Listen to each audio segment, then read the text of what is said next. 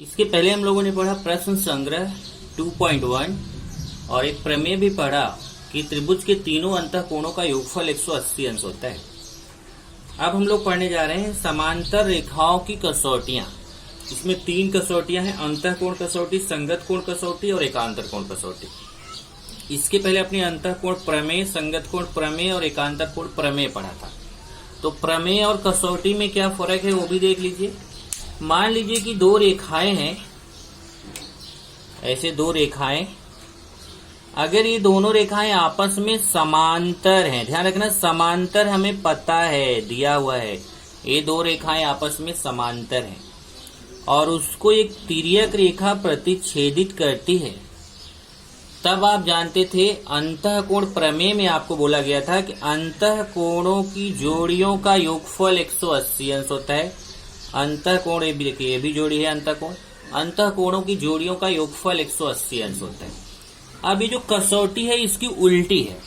उल्टी कैसे है कि अगर मान लीजिए ये दो रेखा है और हमें पता नहीं है कि दोनों रेखाएं समांतर हैं और एक तिर्यक रेखा है, और यहाँ पे कोई बोल देता है कि ये जो दो अंतःकोण है इनका योगफल 180 अंश है, तो अगर ये दोनों अंतःकोणों का योगफल 180 अंश है तो आप तुरंत समझ जाइए कि तभी दोनों कोणों का योगफल 180 अंश होगा जब दोनों रेखाएं समांतर होंगी।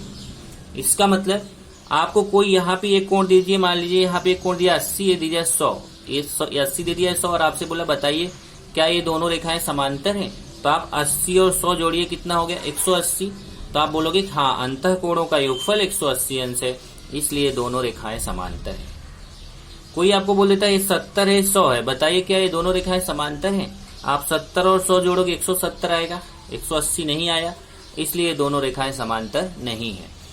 इसी तरीके से तो ये देखिए वही लिखा अंतःकोण की कसौटी कि ये दो रेखाओं को एक तिर्यक रेखा प्रतिच्छेदित करती है। दो रेखाएं हैं, एक तिर्यक रेखा उसको प्रतिच्छेदित कर रही है तथा अंतःकोणों का योगफल 180 अंश हो तो दोनों रेखाएं समांतर होती हैं। अगर अंतःकोणों का योगफल चाहे इस तरफ के अंतःकोणों का योगफल चाहे इस तरफ के अंतःकोणों का योगफल अगर 180 अंश आ गया तो इसका मतलब ये दोनों रेखाएं आपस में समांतर हैं। इसी तरीके से संगत कोण की कसौटी है। संगत कोण की कसौटी में क्या है, अगर दो रेखाएं हैं उनको एक तिर्यक रेखा प्रतिच्छेदित कर रही है, ऐसे देखिए दो रेखा आपको बता दिया गया और एक तिर्यक रेखा प्रतिच्छेदित कर रही है और इसमें चार संगत कोण होते हैं, पर कोई भी एक संगत कोण आपको बोल दिया ये संगत को, ये देखिए ये दोनों कोण आपस में सर्वांश, वैसे कोई बोल दिया ये भी 50 अंश है ये भी 50 अंश, तो आप लोग बोलोगे ये तो संगत कोण है, और अगर संगत कोण समान है सर्वांशम है इसका मतलब ये दोनों रेखाएं समांतर है।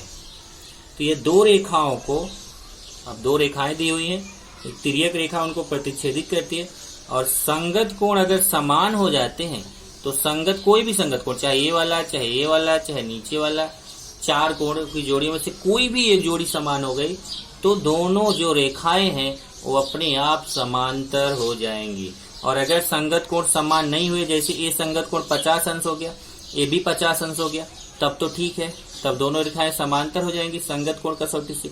लेकिन ये वाला संगत कोण 50 अंश दिया, ये वाला संगत कोण 40 अंश दिया, दोनों संगत कोण समान नहीं है तो दोनों रेखाएं भी समांतर नहीं होंगी।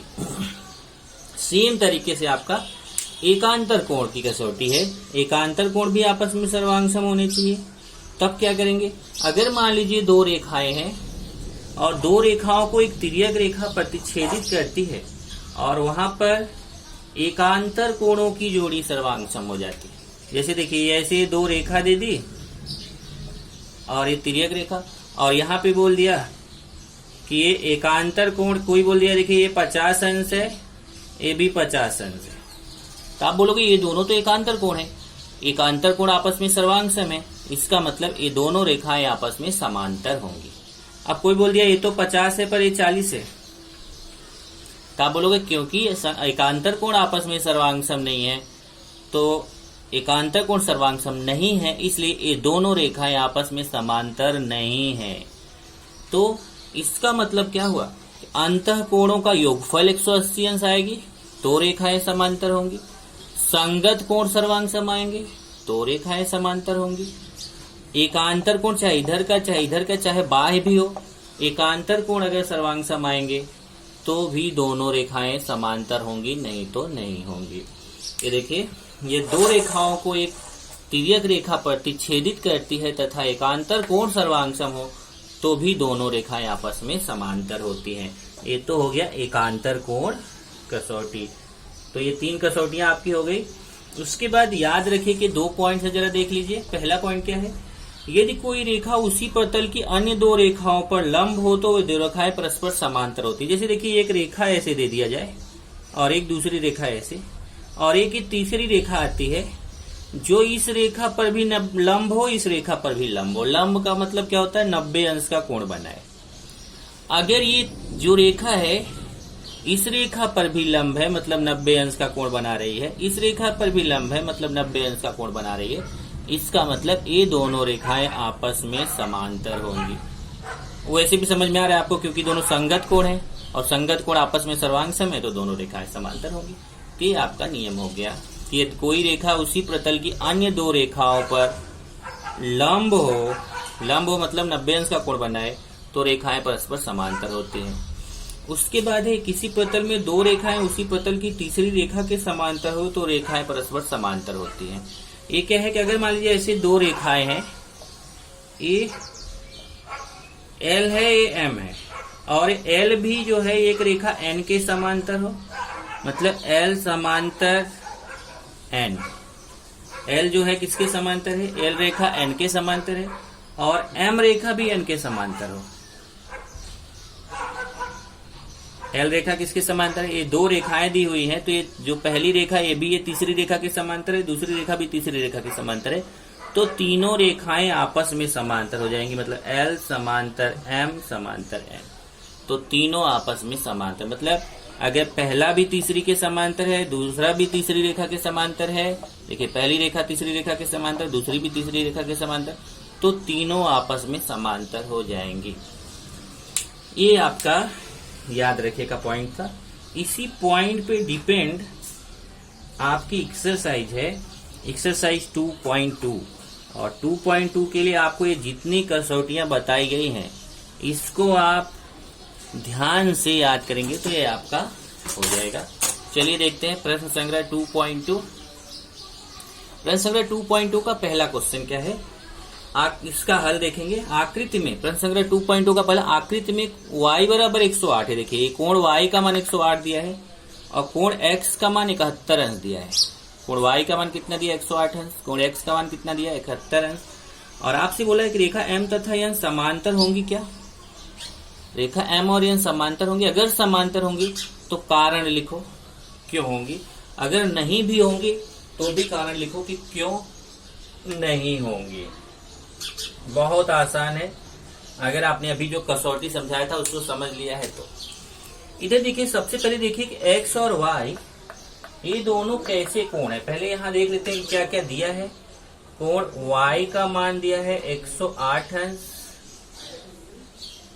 कोण x का मान दिया है 71 अंश, बराबर कोण y का मान, ऐसे कोण भी लगा सकते हो, नहीं लगाओगे तो भी चलेगा। कोण x का मान 71 अंश दिया है, देखिए y का 108, x का 71, ये दोनों कोणों के मान दिए हैं। हम क्या करेंगे, दोनों को जोड़ के देखेंगे, कोण x प्लस कोण y, क्योंकि ये दोनों कोण आप देख रहे हैं आकृति में, दोनों कोण कैसे कोण है, ये 2 रेखाएं हैं, तीसरी तिर्यक रेखा है, ये तिर्यक रेखा के एक ही तरफ अंदर की तरफ दोनों कोण बन रहे हैं, तो दोनों कैसे कोण है, अंतः कोण है।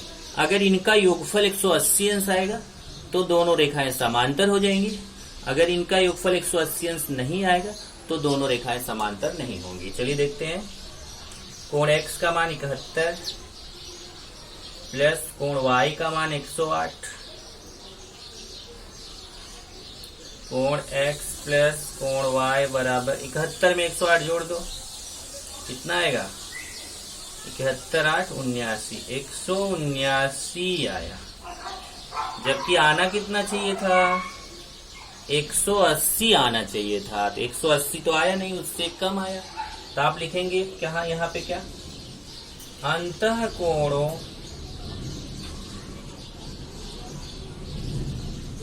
x तथा y का योगफल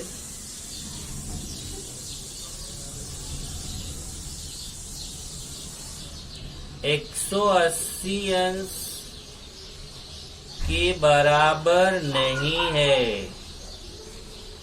और जब 180 अंश के बराबर नहीं आया ना, देखिए 180 अंश नहीं आया, और जब 180 अंश के बराबर नहीं है, इसलिए रेखा एम रेखा एन दोनों समांतर नहीं है। अगर यहाँ 180 अंश आया होता तो क्या लिखते कि रेखा एम और एन समांतर हैं, पर यहाँ 180 अंश नहीं आया तो लिखेंगे रेखा एम और एन समांतर नहीं है। इसलिए रेखा एम तथा रेखा एन समांतर नहीं है। कारण यही है, अंतःकोणों का योगफल, यहाँ लिखा है ना कारण लिखे, तो कारण यही हो गया, अंतःकोणों का योगफल 180 अंश नहीं है, ये कारण है। इसलिए रेखा एम और एन समांतर नहीं है। ओके, चलिए अगले प्रश्न की तरफ चलते हैं। प्रश्न नंबर 2। प्रश्न 2 में क्या बोला है, एक आकृति है, आकृति में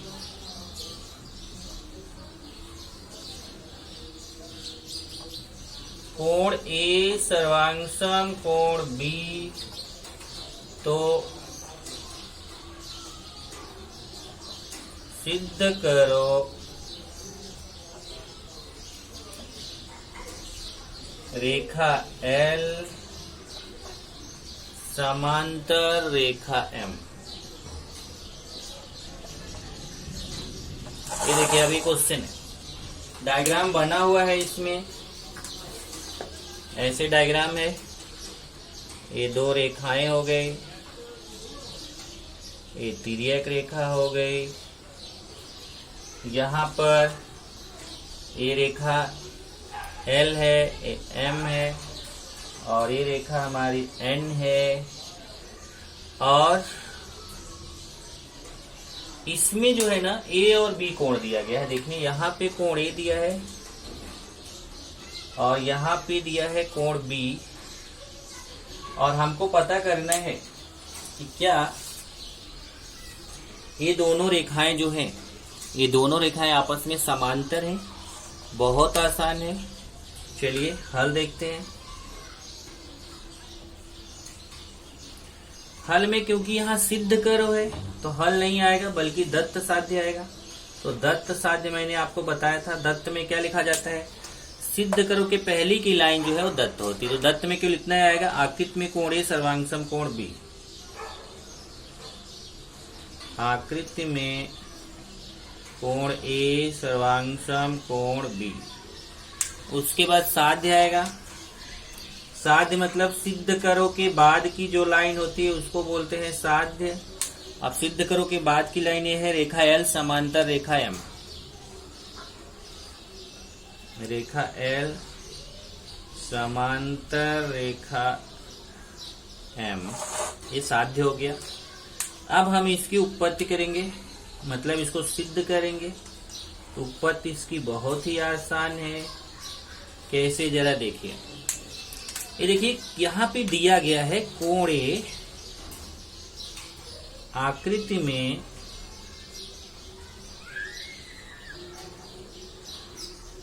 कोण ए सर्वांगसम कोण बी, कहां से पता है, ब्रैकेट में लिख लीजिए। ये देखिए दत्त से, कहां से पता है, दत्त से। दत्त से मतलब क्या होता है कि प्रश्न में दिया हुआ है, जहां दत्त का मतलब होता है प्रश्न में दिया हुआ है। अब कोण ए सर्वांगसम में कोण बी के आप लिखेंगे, परंतु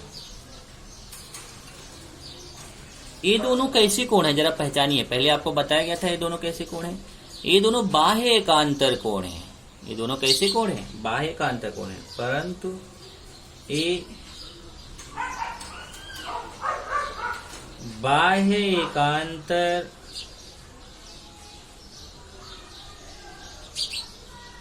कोण है। और अभी आपने एकांतर कोण में एकांतर कोण कसौटी पढ़ा था, उसमें क्या पढ़ा था कि अगर दो रेखाओं को तिर्यक रेखा प्रतिच्छेदित करती है और एकांतर कोण आपस में सर्वांगसम हो, चाहे अंदर वाले एकांतर कोण सर्वांगसम हो चाहे बाहर वाले एकांतर कोण सर्वांगसम हो, अगर एकांतर कोण सर्वांगसम होंगे तो दोनों रेखाएं समांतर होंगी। इसलिए रेखा एल समांतर रेखा एम, ब्रैकेट में कारण लिखेंगे। पता है क्या, ये दोनों कैसे कोण है? एकांतर कोण है, एकांतर कोण कसौटी। ये देखिए आ जाएगा एकांतर कोण कसौटी। यही सिद्ध करना था, यहां लिख देंगे यही। देखिए 3 लाइन में आंसर आया, यही सिद्ध करना था। दत्त आपको प्रश्न से ही मिलेगा, सिद्ध करो के पहले की लाइन दत्त। साध्य आपको प्रश्न से ही मिलेगा, सिद्ध करो के बाद की लाइन साध्य। उपपत्ति आपको निकालना है, और आपने बता दिया कि ए और बी दोनों सर्वांगसम है, प्रश्न में दिया हुआ है, परंतु ये एकांतर कोण है, बाह्य एकांतर कोण। और बाह्य एकांतर कोण अगर सर्वांगसम है तो एकांतर कोण कसौटी में हमने पढ़ा है कि अगर एकांतर कोण आपस में सर्वांगसम होते हैं तो दोनों रेखाएं आपस में समांतर होती है। इसका मतलब रेखा एल रेखा एम के क्या हो जाएगी? समांतर हो जाएगी।